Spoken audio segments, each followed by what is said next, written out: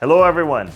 The Toronto Regional Real Estate Board came out with the numbers for April, and you're going to be very interested to hear what's going on.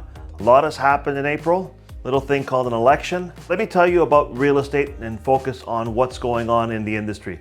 From April of last year compared to April of this year, sales were down 23.3%. It's a lot of sales less this year. Of course, we've been distracted. The price has gone down 5.4%. So it's not crashing in any way, but it has come down. What's really interesting is how many more listings came on the market. 8.1%. That's how many more listings. But what really is shocking is this.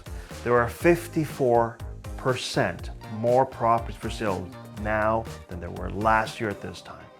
Buyers have more choice and sellers have more competition. So that's what's going on in terms of the real estate market. When sales are down, it's concerning. The question is, why are they down? People were on the sidelines, we were going through an election, a lot of problems. We're seeing a lot more people wanting to sell their homes, wanting to sell their condos, wanting to sell property because they have to remove the amount of debt or downsize because of expenses. That's unfortunate. A lot of buyers have an opportunity to get into the market that they may have not been able to in the past, which is good for them. And properties are selling, so there's no question. Our organization is actually up 15% over last year, so we're beating the trend. People are buying and selling, but what the difference is this, reality is what is needed. The market is not the same as it was in 21, 22, or 23.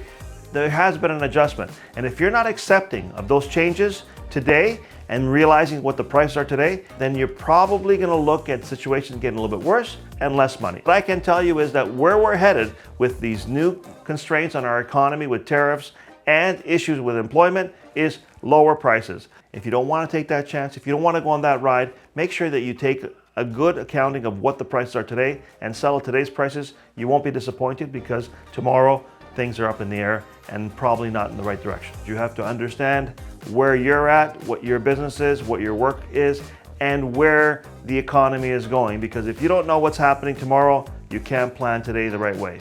So until next time,